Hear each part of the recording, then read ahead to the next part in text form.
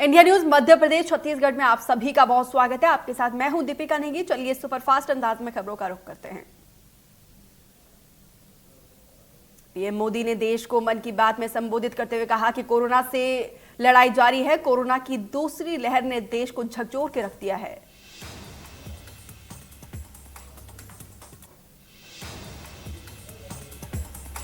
Oxygen की किल्लत दूर करने में जुटे शिवराज सरकार। बोकारो जामनगर में रोज होगा सप्लाई।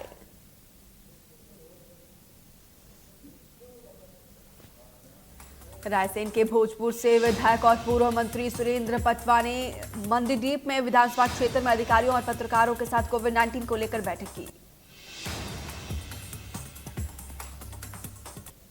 पूर्व मंत्री ने खुद के विधायक निधि से 1 करोड़ की राशि स्वास्थ्य सेवाओं के लिए जारी की और करने की घोषणा की और बैठक में कोरोना से बचाव के लिए आवश्यक सेवाएं मुहैया करवाने पर चर्चा की। बैठक में भोजपुर विधानसभा क्षेत्र के ओबेदुल्लागंज, गोहरगंज और सुल्तानपुरी, बाड़ी और मंडीदीप कोविड वार्ड में 100 से अधिक सामान्य बेड और 50 से ज्यादा ऑक्सीजन बेड लगाए जाने का फैसला लिया। विधायक ने गौरगंज में हर हफ्ते कोरोना का रैपिड चेकअप सामुदायिक स्वास्थ्य केंद्र पर करने का व्यवस्था को भी दिशा निर्देश दिए।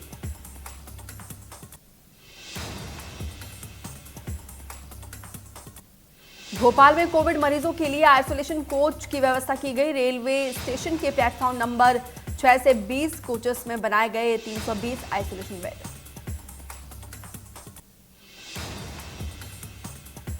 राजनांदगांव में इंडिया न्यूज की खबर का बड़ा असर देखने को मिला। डोकरगांव विधानसभा क्षेत्र के गांव मुसरा और कुसमी में उप स्वास्थ्य केंद्रों के डॉक्टर्स और नर्स नहीं होने के मामले को इंडिया न्यूज ने प्रमुखता से दिखाया था।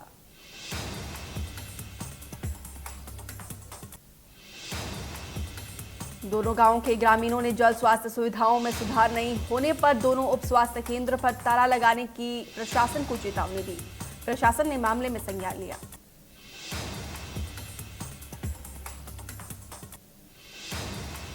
अंबिकापुर मेडिकल कॉलेज अस्पताल के कोविड वार्ड में भर्ती मरीजों के साथ रहने वाले टेंडर कोरोना कैरियर के रूप में काम कर रहे हैं और मेडिकल कॉलेज अस्पताल प्रबंधन ने कोविड वार्ड में मरीजों के साथ अटेंडर के रहने वाले पर रोक लगाई।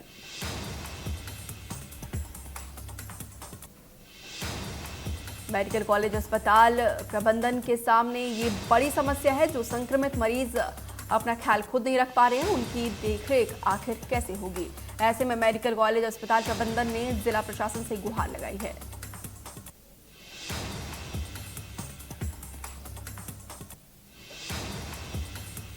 ऑक्सीजन एक्सप्रेस छत्तीसगढ़ के रास्ते महाराष्ट्र पहुंची। ऑक्सीजन टैंकरों के तेजी से आवागमन के लिए ग्रीन कॉरिडोर बनाया गया और ऑक्सीजन एक्सप्रेस की हर स्तर पर निगरानी की गई।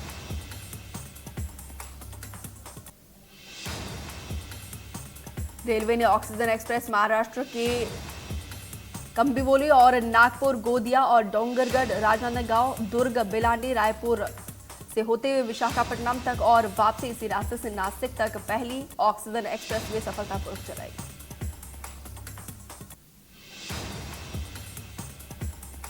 पन्ना जिले में खनन माफियाओं के हौसले बुलंद है। बोरी वन क्षेत्र में डेप्टी साहब चोराग्राम के तक तथाकथित ग्रामीण के साथ साठगांठ कर भारी अवैध कमाई कर रहे हैं।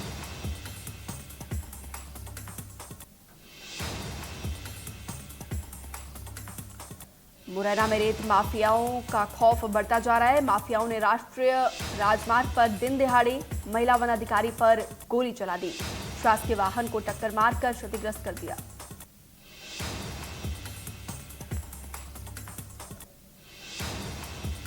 वन विभाग का ये अमला अवैध खनन पर परिवहन कर रहे रेत वाहनों को पकड़ने में जुटा हुआ था।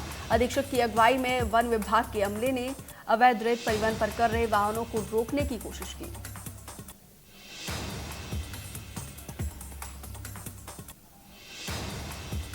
ट्रैक्टर ट्रॉली पर आए अज्ञात 4 युवकों में से एक ने वन अधिकारी पर अवैध हथियार से गोली चलाई। इसके बाद से रेत माफिया फरार हो गया।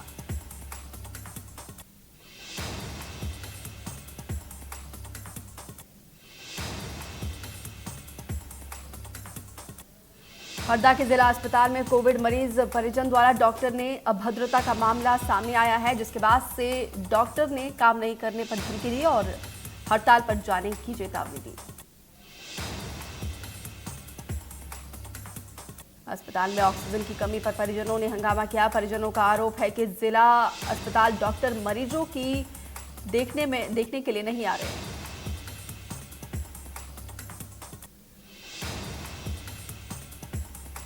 कटनी जिले में बढ़ते कोरोना के संक्रमण को रोकने के लिए कोरोना कर्फ्यू 30 अप्रैल की रात 12 बजे तक लगाया गया है। इसके दौरान जिला प्रशासन की विभिन्न व्यावसायिक गतिविधियों को प्रतिबंधित कर लोगों से घरों में रहने की अपील की गई। बेवजह घूमने वालों और नियमों का उल्लंघन करने वालों पर प्रशासन ने जुर्माना की कार्रवाई जारी की है। इसके द्वारा कलेक्टर और जिला मजिस्ट्रेट ने आदेश जारी किए हैं।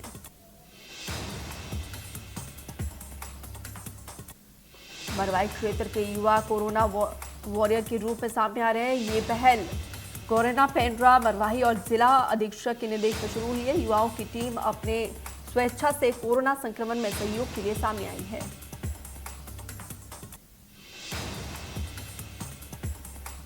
युवाओं को आवश्यक दिशा निर्देश और सभी को मास्क, सैनिटाइजर, हैंड ग्लव्स और कोरोना संक्रमण से बचाव के लिए उपयोगी चीजें उपलब्ध करवाई गई है। युवाओं की टीम पुलिस मित्र के रूप में पुलिस बल के साथ काम करेगी।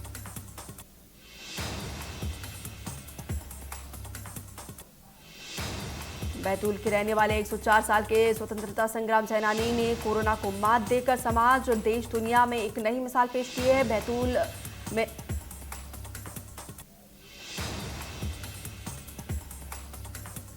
डबरा में दिल्ली से पन्ना जा रही बस अनियंत्रित होकर पलट गई और बस पलटने से कई यात्री घायल हो गए। बस में क्षमता से अधिक सवारी थी, जिसके चलते ये हादसा हुआ।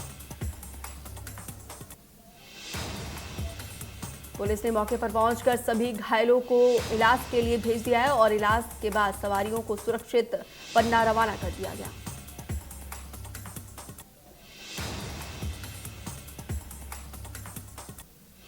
विदिशा में कई प्राचीन जैन मंदिर है, जहां पर श्रद्धालु महावीर जयंती के मौके पर बड़ी संख्या में जुटने हैं और लेकिन इस बार कोरोना काल के चलते जैन धर्मावलंबी घरों में ही रहकर भगवान की अभिषेक पूजा अर्चना कर रहे हैं।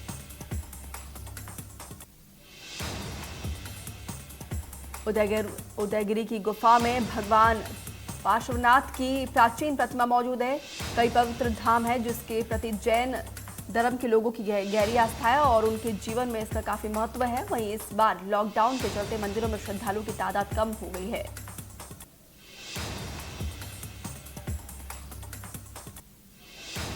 विदिशा में महिला ने कुएं में कूदकर जान दी। महिला का कुएं में मिला शव। बीती रात ही ससुराल से मायके गई थी महिला। विदिशा के गंज बासोदा का मामला। मौके पर पहुंची पुलिस जांच में जुटी।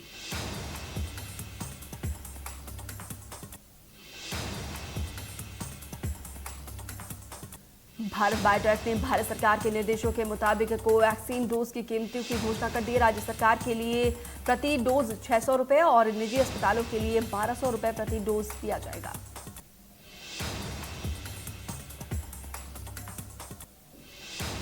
उत्तर प्रदेश के पूर्व सीएम अखिलेश यादव ने योगी सरकार पर हमला बोला। अखिलेश यादव ने कहा कि कोरोना के भयावह काल में जब उत्तर प्रदेश और देश दवाओं में ऑक्सीजन तक के लिए तड़प रहा है।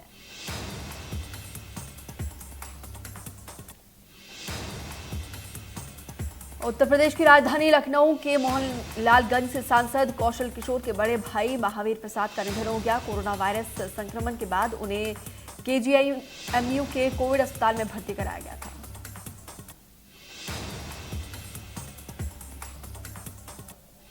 भारतीय अस्पतालों में ऑक्सीजन की कमी के चलते हाहाकार मचा हुआ है। फ्रांस की बड़ी गैस कंपनी ने इंडस्ट्री को ऑक्सीजन सप्लाई रोककर भारत अस्पतालों को गैस की सप्लाई करनी शुरू कर दी है। दिल्ली में पेंटामेड अस्पताल में ऑक्सीजन की कमी खतरे पर पड़ सकती है 50 मरीजों की जान। मुंबई में ऑक्सीजन की किल्लत के चलते आज बंद रहेगा बीकेसी वैक्सीनेशन सेंटर।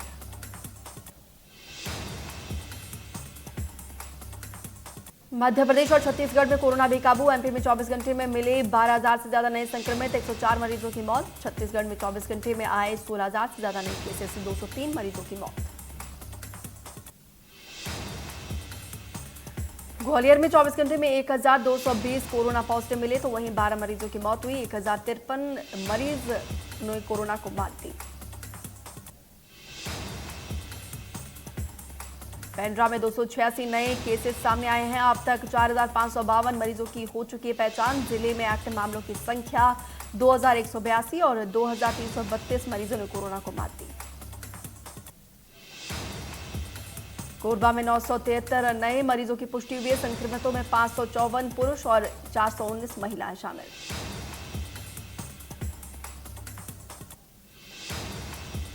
कोरबा शहर में 298, कोरबा ग्रामीण में 91, कोटगोरा शहर में 110 और ग्रामीणों में 184 संक्रमितों की पुष्टि हुई है।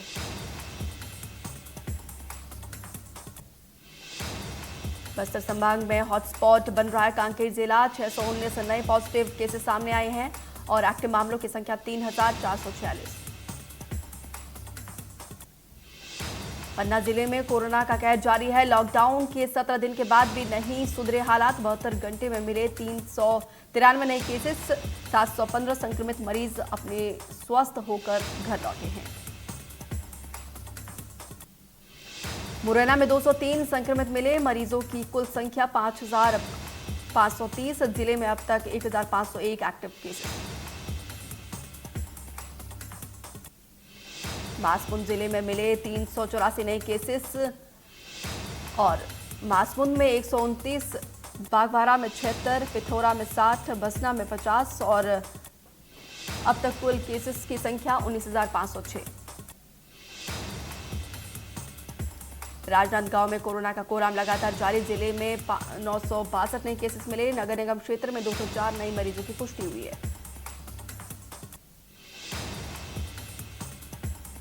जिले के अंबागढ़ चौकी में 18 और छुरैया में 54, डोंगरगांव में 86 और डोंगरगढ़ में 176 और आपको बता दें कि मोहल्ला में 39 और राजनांद ग्रामीणों में 131 केसेस मिले हैं।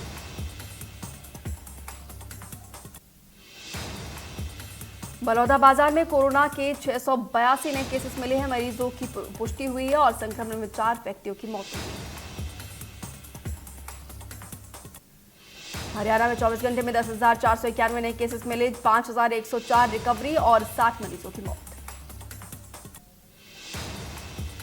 पंजाब में 24 घंटे में 5,724 नए केसेस आए। 92 मरीजों की मौत। 2,949 मरीज स्वस्थ होकर घर लौटे।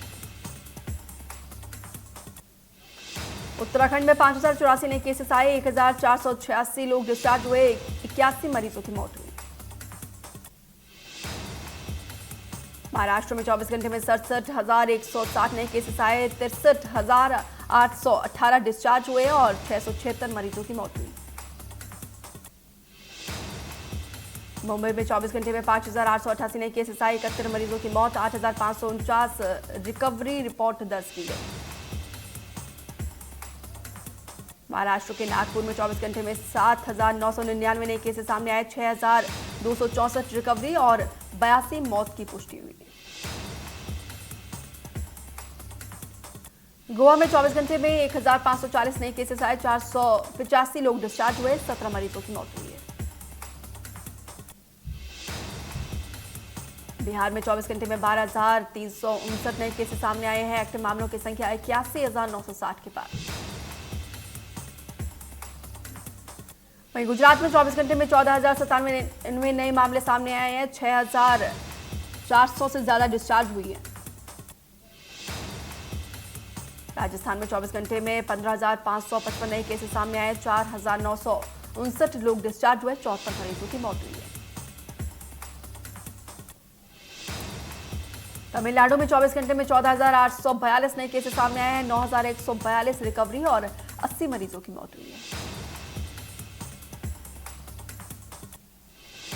कर्नाटक में 24 घंटे में 29,438 नए केसेस सामने आए। 9,058 डिस्चार्ज और 208 मरीजों की मौत। केरल में 24 घंटे में 26,685 नए केसेस सामने आए हैं। इस दौरान 25 मरीजों की मौत हुई है। आंध्र प्रदेश में 24 घंटे में 11,698 नए केसेस सामने आए। 4,421 लोग डिस्चार्ज हुए। 37 मरीजों की मौत हुई है। देश में 24 घंटे में कोरोना के रिकॉर्ड 3,48,786 नए केसेस सामने आए हैं, जबकि 2,624 मरीजों की मौत हुई है। हालांकि इस दौरान 2,19,838 मरीज भी ठीक हुए।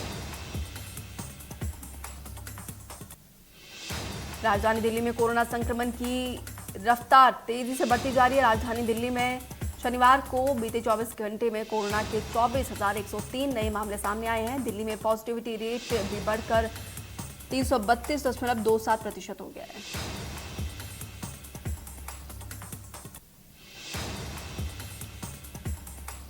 छत्तीसगढ़ के 5 शहरों में 5 मई तक बढ़ा गया लॉकडाउन। रायपुर, जशपुर, सूरजपुर और कांकेर में जारी रहेगी पाबंदी।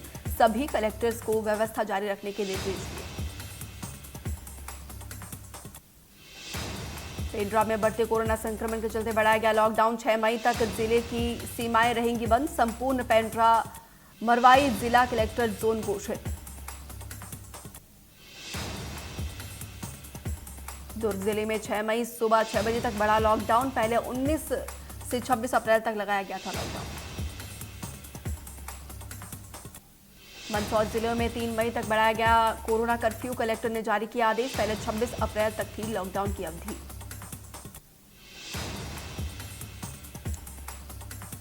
पंजाब में कोविड के बढ़ते मामलों के चलते अमृतसर में आज रात 8 बजे से लेकर सोमवार सुबह 5 बजे तक लॉकडाउन लगाया गया। अस्पताल, मेडिकल स्टोर और आवश्यक सेवाओं से जुड़ी दुकानों को छोड़कर सभी दुकानें बंद रहेंगी।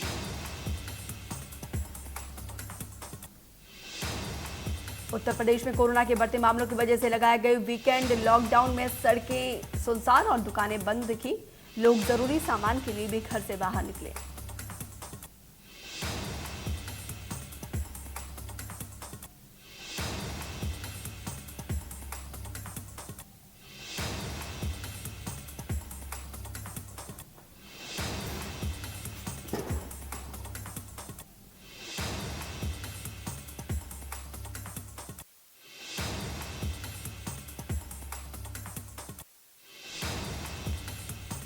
छत्तीसगढ़ के स्वास्थ्य मंत्री टीएस सिंहदेव क्या कुछ कह रहे हैं, चलिए आपको सीधा सुनवाते हैं। इन अव्यवस्थाओं के बीच छत्तीसगढ़ सरकार अपनी ओर से जितना बन पा रहा है अपने नागरिकों की सुरक्षा के लिए, स्वास्थ्य विभाग का अमला इसको भी बढ़ा के समयानुकूल मानकों के आधार पे लगातार हम बढ़ाते चले जा रहे हैं।